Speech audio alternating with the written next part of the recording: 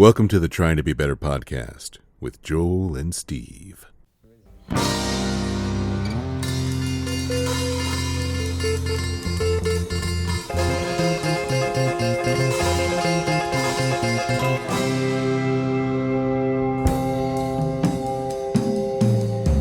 Fucking go. It's going.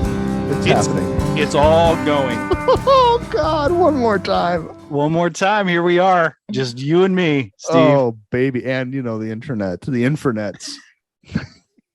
You, me, and did you watch that? I rewatched it. The Bo Burnham Inside special on Netflix. Oh, I'm sure I've seen it, but I don't remember. I like him. I know that. He has this song on there called, it's about, welcome to the internet. Everything. How does the chorus go? Everything, everywhere, all of the time. You can have anything, everything, all of the time. That's just a movie. We just saw that movie. Yeah, no, this is a little different. You need to watch if you haven't watched Inside by Bo Burnham. Okay, I know I've watched a couple of his specials, and while I don't remember specifics, I have the feeling of like, I like Bo Burnham. Well, this is the one he made mid-pandemic where he shot. I haven't seen it then. Oh, he recorded this all by himself. Wrote, directed, and shot it in his guest house. So he's doing all right then if he's got a guest house. He's doing fine. He was doing fine. But he makes it look like he's, holed up, not shaving, not cutting his hair completely. Right. I mean, he's been pretty public about his anxiety and stuff, but I highly recommend. Is it on Netflix? It's on the old Netflix. Okay. All right. Inside. All right, I'm in. I like Bo Burnham. That's what my body is telling me. I'm not having that. What? I'm not having that. Ooh, that guy reaction. Oh, yeah, you're not violently opposed. No, I'm not violently opposed to Bo Burnham, as far as I know. He can be a little much, but Kirsten and I watched. Pre-vaccine, we watched it, and it was like he kind of captured the vibe of the moment. It's interesting to watch now, but. Yeah, he's anyway, that made me think. So yeah, you and me and the internet, baby. Here we are yet again. Okay, great. And all of its foibles. Today's episode of the Trying to Be Better. You got this nice looking root beer. Sorry, do tell. Welcome to the Trying to Be Better podcast with Joel and Steve. Today's podcast is brought to you by Millstream Brewing Company root beer from Amana, Iowa. The Amana colonies. Yep. I think my in-laws bring this back for me. Every time they go, and it's delightful. It's got the right amount of bite. It's not too overly sweet. It's not too bitter. It's very good root beer. Sounds wonderful. It's I rarely drink straight up sugar drinks like this. Right. It's fantastic. Well, I'm happy for you. That's wonderful. Yeah. It's like craft root beer. It totally is. I'm drinking a raspberry bubbly. It's just like the exact opposite of that. Yay. Except for that, pretty much. Yay. Mm-hmm. Today's podcast is also brought to you by Vail, Colorado. Yeah, what do you think of the little trash heap of Vail, Colorado? What a dump. It's a real shithole. It's a dump, isn't it? It's a dump. It's ridiculous. It's I just I drive through, I'm like, what a it's just blight. That's all I think of. Kids, are you noticing all this blight? You seeing all the blight? Yeah. I thought it was delightful. I really enjoyed our brief stay there. I will say that I had the realization we were only there for a couple days, day and a half, really. Really, it was like one day. Sorry, we watched a lot of Seinfeld. But that's another story. But yeah, the Gerald R. Ford Amphitheater is awesome. Love it. But that was then the next day, which was, I guess, yesterday, I realized I'm like, if you're not skiing, which is June, so we're not skiing. Nobody's skiing. And we're not hiking because we weren't prepared for that at all, really. And you're not biking, and we didn't bring our bikes. There's really not a lot to do there. You can buy stuff. And eat really expensive meals. Yeah. And so while I knew that going into it, so I wasn't disappointed. I knew that was the situation, Yeah, right. But I'm glad we weren't there 3 days.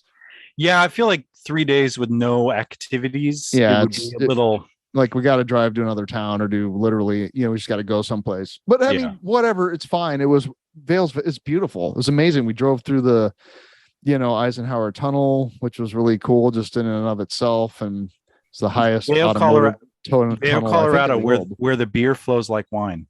Sure, from Dumb and Dumber, right? I guess. I thought about that movie for a minute. I haven't seen it in 20 years. All I remember is, the grooming, mobile dog grooming thing, and the dead bird and the turbo lax. Oh, okay. That's pretty much it. Jeff Daniels' finest acting moment. Yeah, really stellar work. I'm sorry, you were talking about the Eisenhower Tunnel. Oh yeah, that was really cool. There was some amount of trepidation about that just because altitude and whatever, but it was fine. It's great. And I'd never I think I went through it when I was a kid. Yeah. But whatever. A band ski trip many moons ago, which is a whole other story. Writing it down. Yeah. Let's just say it didn't end well for anybody. Okay. So yeah, no, I'm not going to. Hi, Mom. I'm not going to tell this story. Oh, dang it. That's for our Patreon subscribers. It is. Yeah. Let's just say that there was a bunch of 15 to 18-year-olds drinking Everclear with no adult supervision. Oh, so a band trip. Yeah. It's exactly what it sounds like a band trip to me. What I will say is that I had to sit in the very front seat of the bus on the way home. That's what I will say. Yeah, it wasn't great. Me and like everybody else in the condo, basically. And our band person was scowling at us greatly.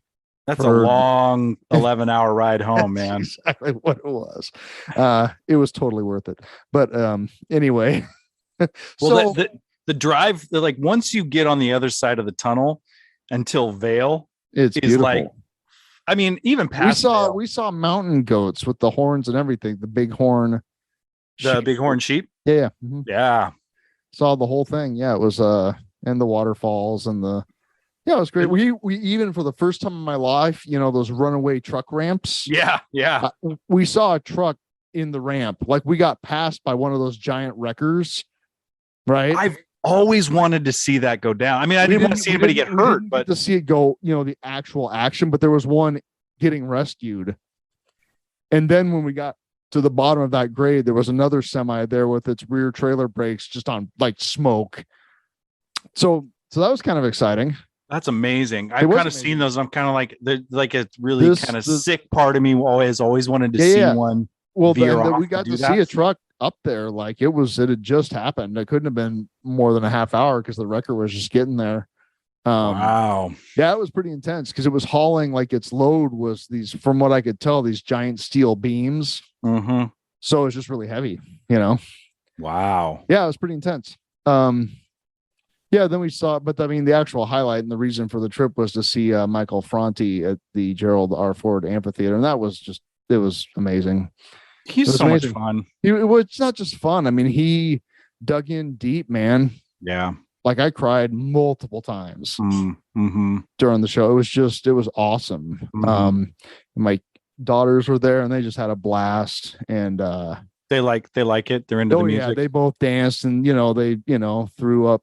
Did the whole thing. They were participating in the events. You have to put your hands up quite a bit when you see Michael Franti. You do. It's part of the thing. Put your hands up. You have to continue to keep your hands up. So much hand waving, but it's not. I don't feel like it's an imposition.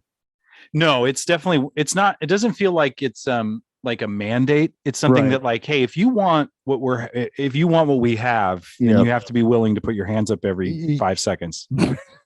Pretty much. That's right. Yeah. If you want to be in on this, we highly recommend you put your hands in the air. You could be the one guy standing there with your hands in your pockets, right, like a fool. But if you'd like to have a good time, you might try putting your hands in the air. You might be too cool to put your hands in the air, and that's your problem. But I assure you, you're not as cool as everybody standing around you. Was it just him and Spearhead, or was there an opener? There was an opener whose name has escaped me. Satsang, I think. Yep. We saw that same bill. Yeah, at Sumter Amphitheater in Pavilion. Yeah. It was great. That was my first show. These guys are great. Satsang was bigger this time. They had like more musicians. I feel like they were big enough the last time I saw them. I don't remember. We thought they had more music. Whatever, they were great. Loved it. It's like if Eminem had a cool funk rap band with horns, because he's got the rapper guy. He's got the rapper guy. Mm-hmm. That's how you know Steve's tuned in. He's got that rap. I'm hip. I'm down with what the kids are listening to. And the rapper guy. And they have the guy in the back he had 2 record players. No, and he had no record players. He was ruining records the whole time. Ruining records. They did not have a record player. Oh, okay. They didn't have a DJ type, but they did have a tuba for a couple songs, electric tuba, which was amazing. That's pretty cool. It was great, actually. It sounded okay. So awesome. I've never been to this amphitheater. Is it pretty much like on the side? I mean, it's all of Vail is on the side of the mountain. It's on the east end of Vail. Okay. And right next door is the Betty Ford Alpine Gardens, which is beautiful, and I mean it's worth a half hour. But it was so cool just to walking from the Vail public transit structure along this path. Yep. By the Gore Creek. It's beautiful, and all people are going to concerts, a party. Mm-hmm. It was fantastic. It was just delightful. Our Vail story, a couple years ago, we were in Breckenridge. Yeah. And Colorado's like no fireworks, right? But we were there over the 4th, and Breckenridge was like, we're not lighting anything on fire. Are you nuts? Right. That's where my band Ski Trip was Breckenridge. Anyway, sorry, go ahead. I like Breckenridge. Anyway, we got on the old Google machine. We're like, is there any public fireworks? And they're like, well, there's some in Vail, and it's like 45 minutes away. So we're like, okay, sure. Literally just pulled off the interstate and then went up this mountain road and literally just kind of pulled off the road. I remember you talking about that. We just put everybody else was doing it too. We just, we were pretty nose down towards the towards the highway when we just put the e-brake on and sat outside, and we watched this and the full moon came up over the mountains. Oh, wow. And the fireworks were going off. Mm-hmm. I sang the national anthem out loud. It was great. Beautiful. Joel's patriotic moment. But I remember the one thing I remember about Vail is the golf course right along there. I'm like, man, I really want to play that. And the bike path between Breckenridge and you can ride your bike just right along and winds in and under the freeway. Yeah, it's amazing. The one thing that I wish that I would have looked into more is there's a scenic like a steam powered railroad situation. Oh, yeah. And I saw that today and last night. Whatever, I saw the train and I saw the track. I thought, oh man, that would have been worth planning, because we didn't really had no plan other than to relax and eat, go for a walk, and we did a little bit of hiking in Boulder, which was great. Went to the top of this lookout area, and that satisfied the need to hike, because frankly the altitude thing is kind of real. And does that affect you, or did it affect anybody in the crew? Yes, but we didn't get nauseous or anything, but it was definitely when you hit 8,000-9,000 feet, going upstairs was and the place that we went in Vail, I don't remember the name of it. I have a pamphlet someplace, but we drove up into the mountains quite a ways and then hiked up, and so we were at a peak of some kind, and it was perfect. It was, in fact, it was really nice that up at the peak of this thing, and the summit was a bench. We could kind of come around this corner and there's a bench. So we just got to sit. It was nice. Enjoy the vista. And we had brunch at Snooze. Oh, yeah. Boulder. So that was nice. Yep. That place is cool. That's my one daughter got to assist one of the Boulder street performers, the guy that juggles fire on the 10-foot tall unicycle. Holy, what did she get to do for? I mean, I feel like that's something you stay away from. Right. That was kind of, but he was, and I know you've seen this guy because he's been there forever. But he, he basically pulled us in. We were watching across the street because we had just seen the magician.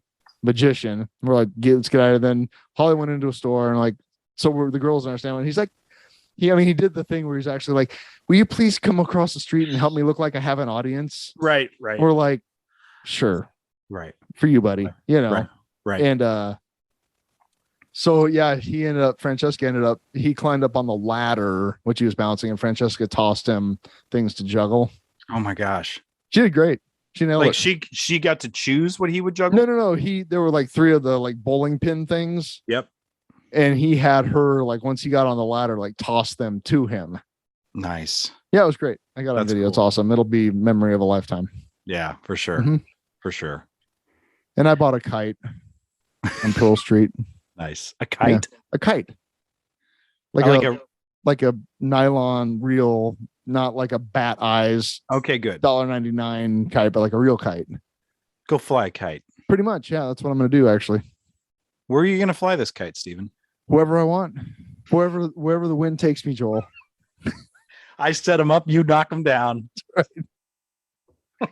That's cool, man. It's a real simple one. It's not like steerable or anything. It's a single lead, but I don't care. I just like to get them up in the air. And I like that you're getting the family out to cool, really cool spots, really cool concerts. We're trying, You're doing cool shit.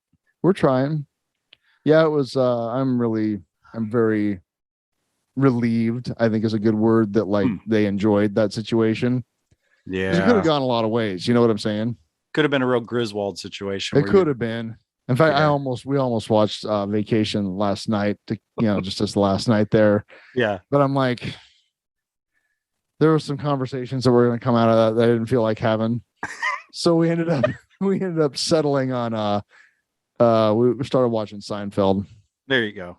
It was great. The kids are into the Seinfeld? They love it. Really? It. Oh yeah. Gianna especially loves it. Yeah. Wow. And Francesca too, but I think Gianna kind of gets it a little bit more. Right. Yeah. That's great. It's great. You're raising them on a bunch of things that are they staying connected to their own culture as well? Totally. Their own. Okay, good. Oh yeah. You're not just indoctrinating them with the Grateful Dead and Seinfeld, are you? Well, if I had my way. No, they gotta let them be kids and let them listen to trash. Orange with the eyes and the head, like just nothing but pictures of the Wall of Sound and Jerry Garcia, and that didn't end well in Clockwork Orange, as I recall. Yeah, no, not really. But yeah, no, they still have their own thing, but I definitely I know that the Michael Franti concert and music and like because he had kind of a multimedia thing happening behind him. Mm-hmm.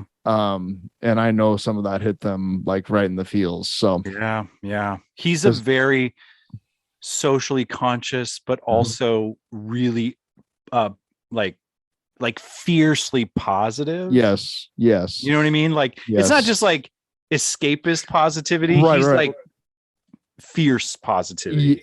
And that's a great way to put that. I mean, one of his songs I hadn't heard was "We Can Beat the Flower and the Gun." Oh wow! And the whole multimedia presentation behind him was gun violence survivors showing their scars and their pictures of their loved ones. Wow! Yeah, it was not escapist fantasy horse shit. Right. It wasn't like very real and very intense. And happy feel good hippie party. That was not. Well, right. It was, but also there was another song, and you've probably heard it. I forget the tagline, but it's like with no makeup on.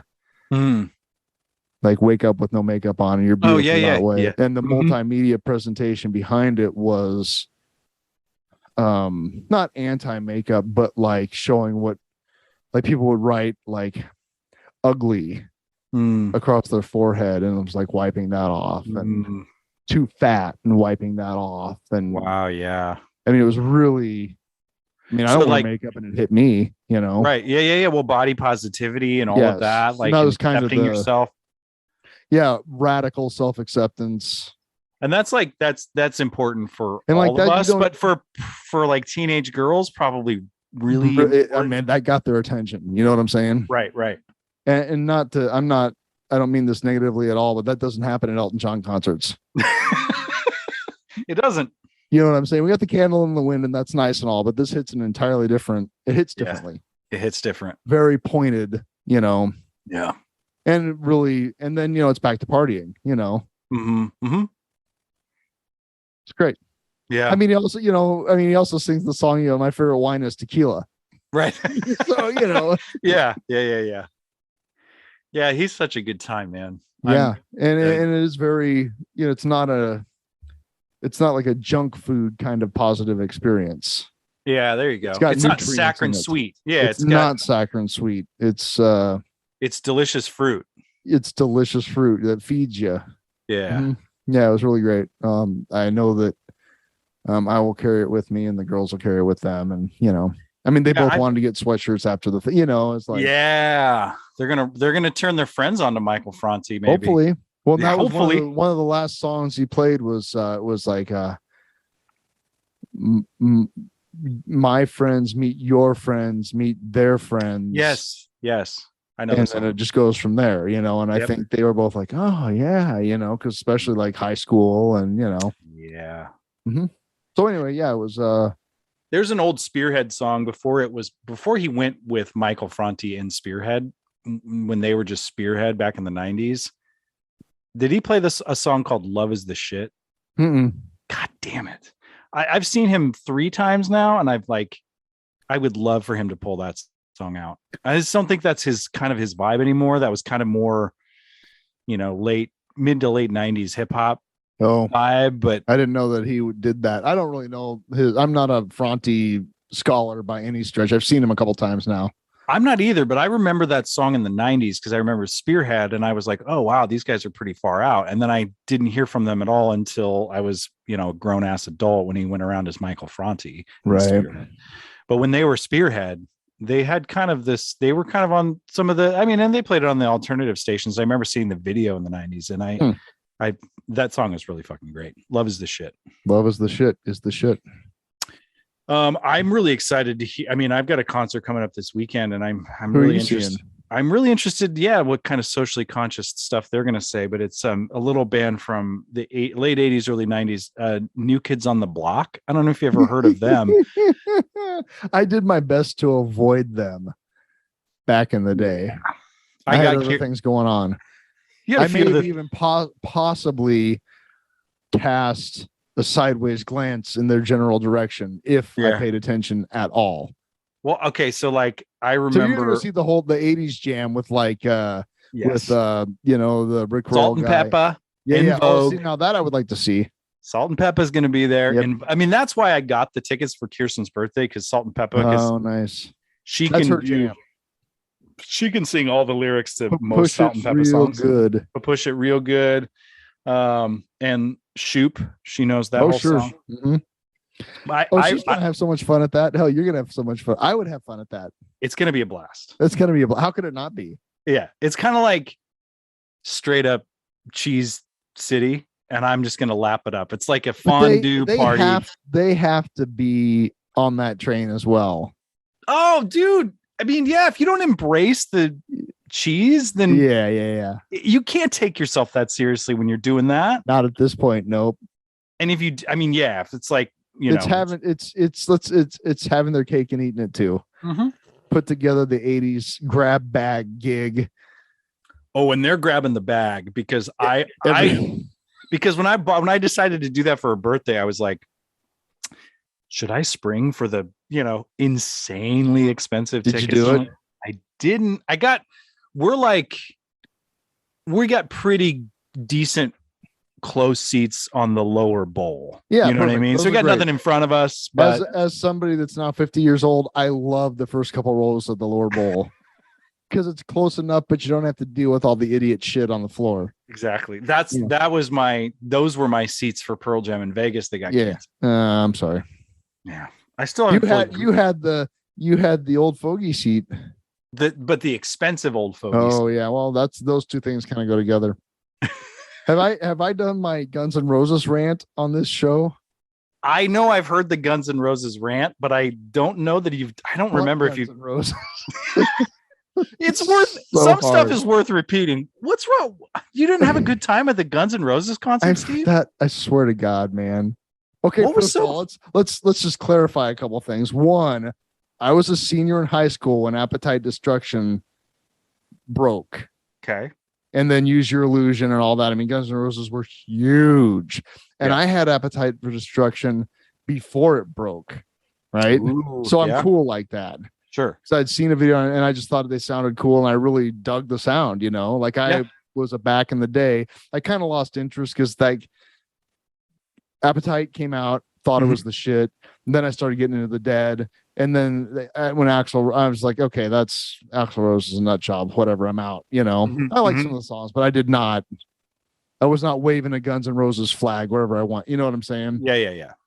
So whatever. So then like fast forward 30 years or whenever they came here, was that 2018?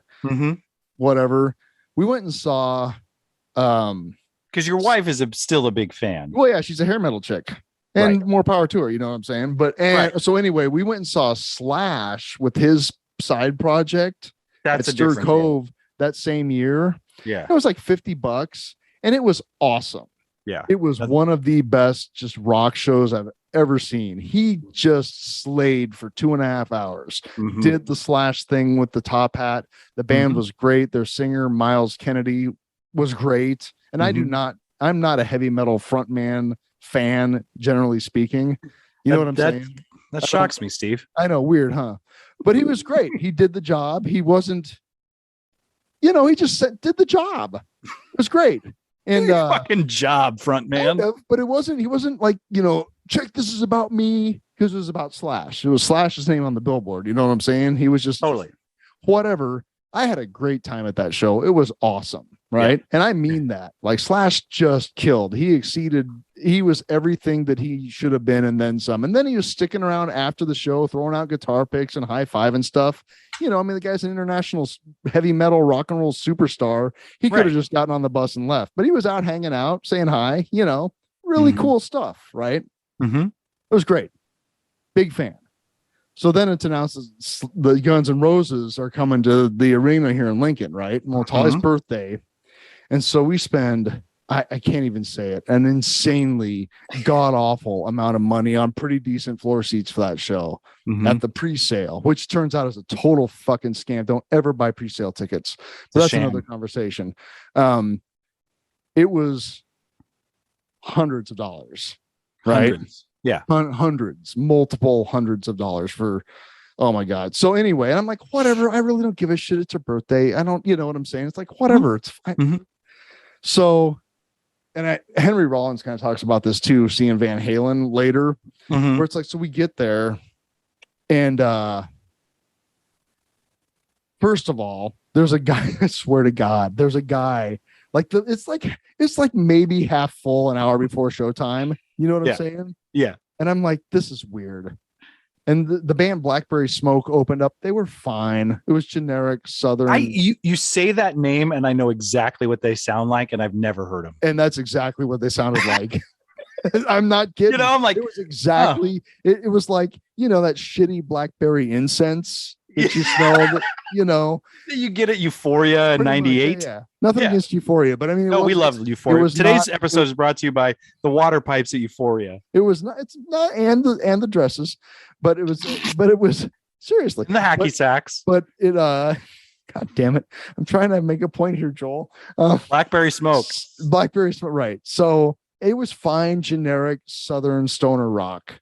That is exactly what, and it was fine. Yeah. It was not unpleasant. I enjoyed it. It was whatever, and but I was also indifferent because sitting like three empty seats over that way to my left was this guy who looked about as thrilled as I did with his girlfriend, and he's on his phone. I'm like, he saw me looking at him. He pulled up his phone. It was like Ticketmaster's resale site. Because that's a whole fucking scam. Tickets in that section were going for like $60 because it was only half full. Yeah. And so I'm like disappointed. It's like whatever, fine, right? So I'm in a great headspace. So then Guns N' Roses, like the whatever the show starts, the audio visual thing, and it's this fucking like robotic dragon thing with machine guns coming out of his head. Okay. Shooting into the crowd. Oh no. This is pre-Vegas, I think.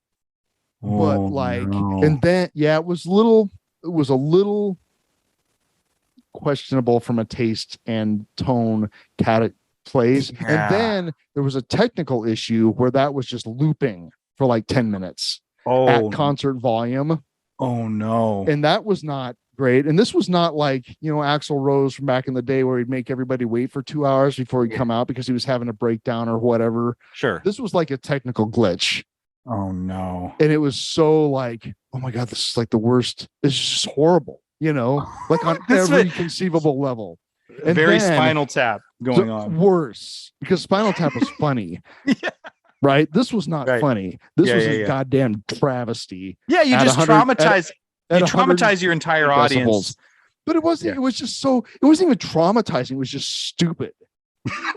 You know what I'm saying? Like, it was so bad. And so then they finally get their shit together and come out and open with Welcome to the Jungle, right? And Axl Rose can't scream anymore. He just sings in this weird high falsetto. Instead of the screaming of the days of old. It's just this weird high falsetto. So you have the lights are it's like all LED lights because times have changed and there's no smoke. It's just weird. And he gets to the part, it's like, he's all fat and doing his Axl Rose dance. He's literally just 100 pounds overweight and bloated and sweaty. And it's literally doing that to half of the crowd is standing there eating $12 nachos. And the other half is looking at their phone. And I'm like, this is fucking ridiculous. It was awful. The only part of the show that was even remotely enjoyable was, I think, Rocket Queen, which was actually pretty good. Okay. Great. And I mean, there were a couple of moments. And if for the people that cared about seeing those guys on the same stage together, I'm sure they got to have that experience. But I went for a walk. I went and walked up to the 300 level. It was literally like a half full of people just looking at their phones. Mm-hmm. They were like, whatever. I'm glad I only paid $30 to get into this shit. Do you think that if you would have scored the tickets for $65 instead of, quote, hundreds of dollars, you would have been a little more? Do you think that set your expectations, or were you you were going to be pissed no matter what? I was probably just going to be pissed no matter what. Disappointed. It was at that moment. I mean, it was the thing with the guns firing at the crowd, and then just that moment during Welcome to the Jungle where I'm like, there's nothing real about this. It was the exact, because like the thing with Slash, like it was very much a packaged product. Sure. You know what I'm saying? Yeah. It was not a communal experience. It was we were consuming the commodity, or more specifically, having the commodity presented to us to do with whatever we wanted. It was not it was, I don't know, it was completely devoid of. It was I like what you said. There was nothing communal about it. It was and this is not to disparage the art form that I make my living on, but it was like cheap theatrics versus something performative. Like, it wasn't performance. It was, like you said, it was a package. It was just empty. It was Disney. It was those five guys and a few hired gun, like to fill out the sound, keyboard players and stuff, to dance and look sexy or whatever. But they play like whatever 30-40 gigs a year and make an ungodly amount of money doing it. It's just very obvious that was what was happening, I wonder if I'm going to be looking for this same vibe at New Kids on the Block. I think that'll be different because it'll be more fun. Because they embrace the cheese. Right. That's my point. That's why I brought that whole thing up, is because the GNR show, they were presenting themselves as still being that like really vicious rock and roll thing. And it was really not. It didn't have any teeth. The lion or the emperor was not wearing any clothes. 100%. Yeah. And it took about 40 seconds. And this is just my opinion, man. You know what I'm saying? Like, I know Holly and her sister had a great time. Yeah. Does Holly describe that experience very differently? I'm sure she would. Yeah. Yeah, that's interesting. Because for her, it was about seeing the heroes of her young adulthood in person. And she had probably seen them back in the heyday. So. I don't think she'd ever seen them before. So I think that for her, it was like about being in the same room. And that's an interesting. And so she got to have that experience, you know.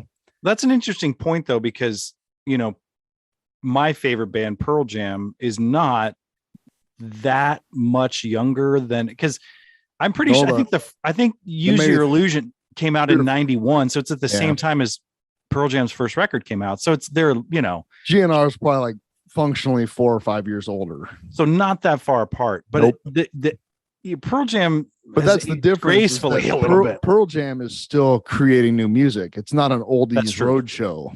Yeah, that's true. They do play some old songs, but they're still actively artistic. Correct. And that is not what was happening at the GNR thing. You know what I'm saying? Right. Did that Spaghetti Incident album even ever come out? Who cares? Give a shit. Chinese democracy. Yeah, the Chinese democracy. The album was 10 years in the making, and then finally everybody's like, whatever. We don't care anymore. The world has moved on, man. Right. I guess you could keep playing with Buckethead, who I respect as a musician, but that was a whole. Buckethead's he's weird, amazing, man. Right? He's a wizard. But like that whole era of Guns N' Roses, I'm using air quotes, like that was just Axl Rose trying to prove a point, or you know, whatever. Who cares? Why am I? I've already given Axl Rose more than I want to anymore. Let's talk about something else. Well, it's just the difference between, you know, being self-aware or embracing what it is instead of trying to pretend to be something that you're not, you know. I don't know. And maybe that's what they're doing. Yeah. Maybe that's what they're doing. Yeah. We're GNR today. Thank you for the fucking hundreds of dollars. I love that we've spent this much time talking about this Guns N' Roses experience. I'm not resentful at all. sounds like you picked it all right back up. I've heard the story before, but I'm really glad we gave you the 15 minutes to go on that. Sure. That was just my experience. That was, you know, one man's, and there were a couple of moments, but like, I do not need to see Axl Rose sing Knocking on Heaven's Door. No. Right. That I'm like, and they had to do the extra 3-minute mandatory reggae breakdown of it, and I'm looking at my watch thinking, Jesus fucking Christ. I've seen Bob Did they do Live and Let Live? Live and Let Die, I mean? Of course, yeah. Paul McCartney does it better, weirdly. Way better. Yeah. Twice their age does it way better. Yeah. Mm-hmm. Speaking of, I watched I got to give my sister a hard time because he played in Seattle 2 months ago, maybe a month ago. Mm-hmm. And she talked about going to see him. She actually asked me, like, should I go see Paul McCartney? I'm like, yes. Go see Paul McCartney. Spend the hundreds of dollars, because you know what? That concert will be worth it. Totally worth it. Totally worth it. And some saint, she like totally just forgot to get tickets, which Libby, I love you. And I know you're busy and it's fine, but you blew it because. Oh, she didn't go? No, she didn't go. What the hell's wrong with you, Libby? I've never met you. I didn't say it. That was right. And she feels the same way. She is remiss. But so anyway, somebody posted like a really good handheld shot video of the whole show on YouTube. Mm-hmm. Paul's like, when I saw him, 4 years ago in Omaha, his voice was showing signs of age. Yeah. And it's really showing signs of age now, but it totally does not matter. No, because he's got like the best musicians around him, and he's got the best touring band, I think, out there. Yeah. Agreed. And the songs aren't half bad. No, they've still got legs, don't they? Yeah. I mean, it's just like, that's what I told Libby. She's like, should I go see him? Like, here's the thing. Every single song he plays, your reaction is going to be, oh, and I love this song.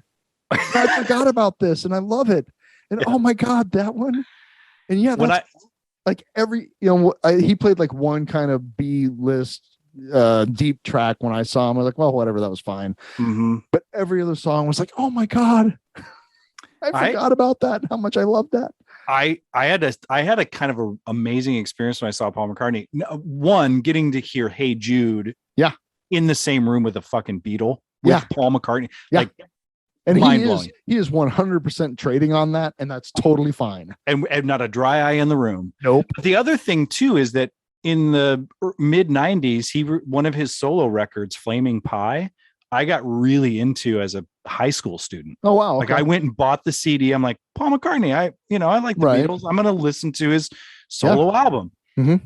And it's obscure and weird. And I fucking listened to that over and over. Wow. And he played a couple of songs from that. I'm like, oh, nice. It was like, core memory unlocked. I was like, oh, I forgot all about that album and how much that meant to me. And I'm, it's not Wings and it's not the Beatles, but played I was like, That's awesome. Yeah, it was great.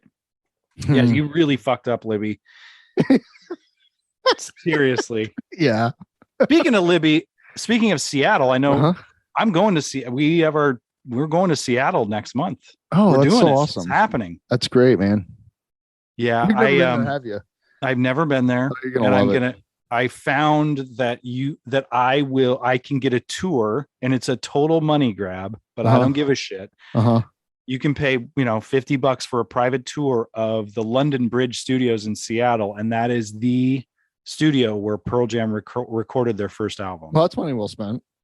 I get to stand in the room where that happened. Far out. Hopefully. Right. Yeah. I'm very excited. Oh, that's great. Yeah. Man. We're going to be in Seattle and Portland for like 2 weeks. Oh, wow. That's going to be great. Never been to Portland.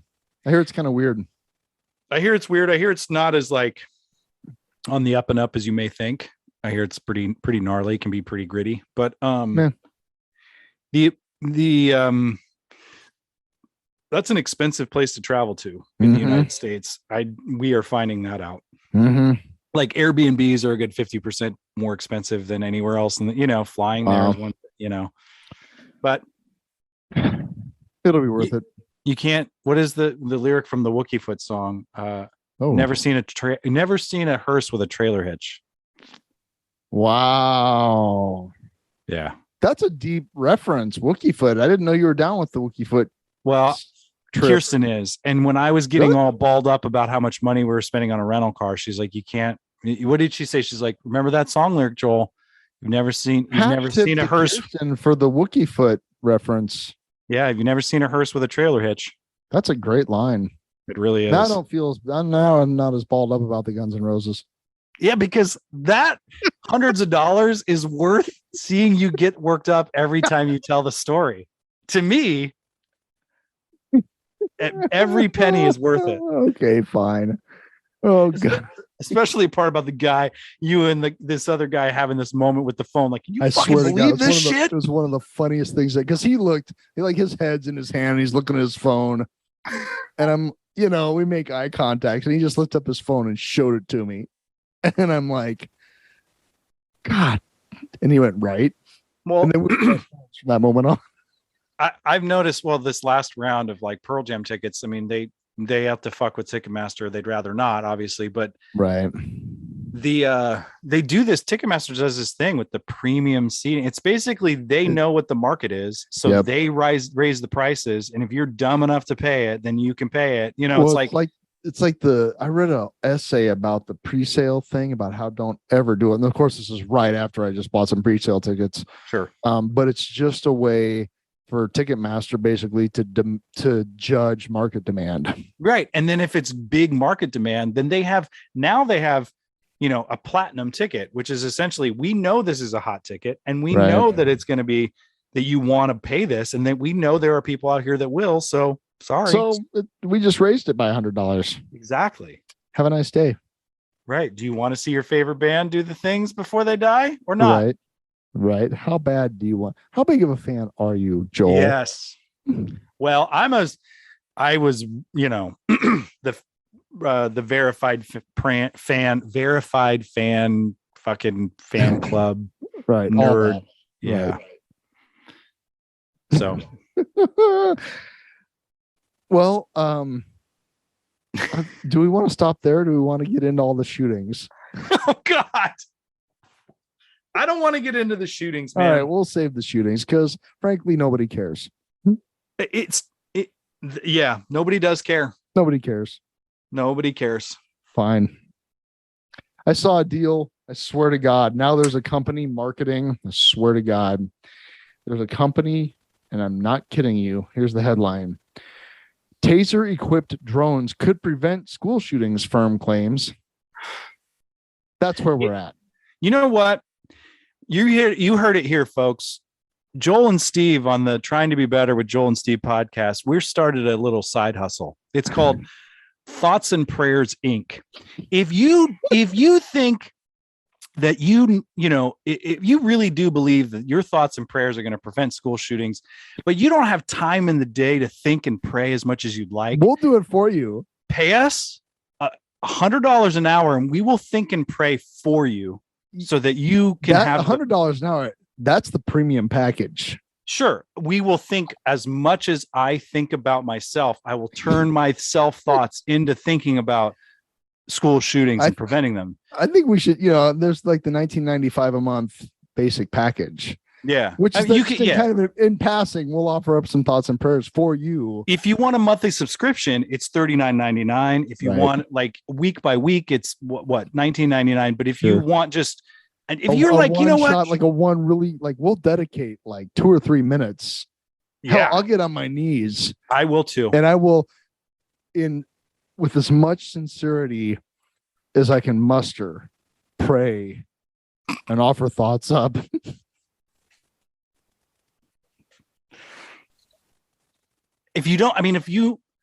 That's the thing. If you're out there and you really believe that this is the only way out of this mess, and you're like, man, I can only think and pray so much, call us because we would love to think and pray for you. Yes. Just pay it. I mean, we'll do it. It's just, but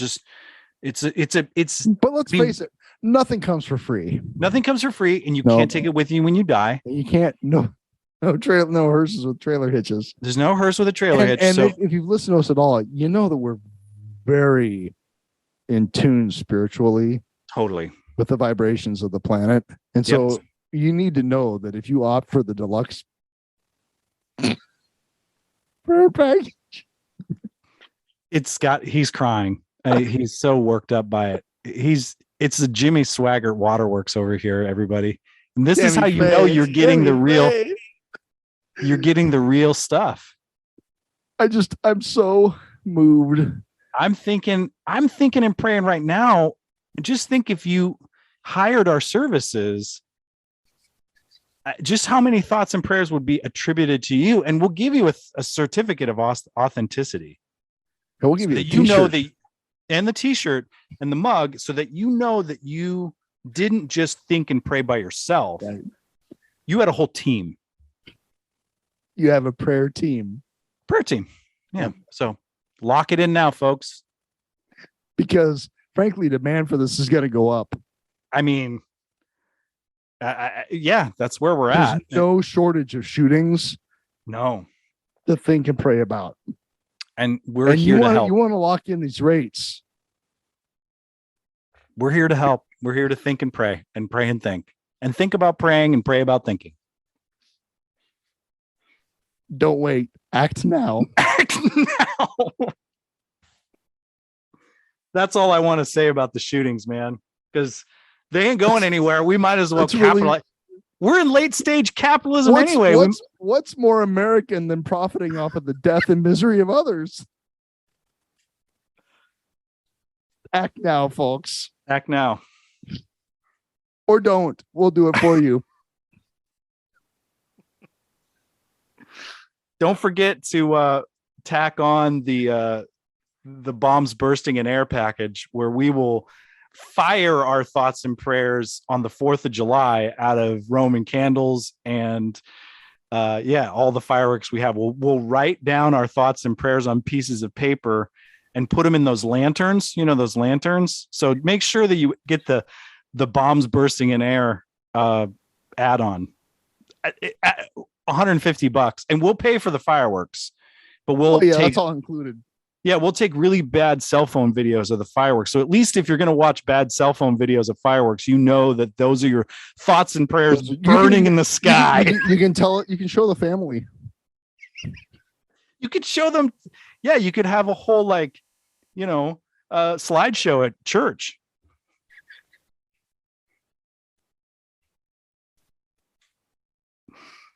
Thank you for listening. Be sure to like and subscribe. Be sure to rate and subscribe. And if you have any opinions on this, feel free to email us at ttbbpodcast@gmail.com. We're going to be kind of busy because, frankly, I can see the orders coming in now. I just got 3. So, but we will. And I don't know how that happened because this isn't live. That's the power of thinking and praying, everybody. It is, in fact, the power of thinking and praying. Cool. God help us. Sure. Let's go with that. That's God's response. Sure.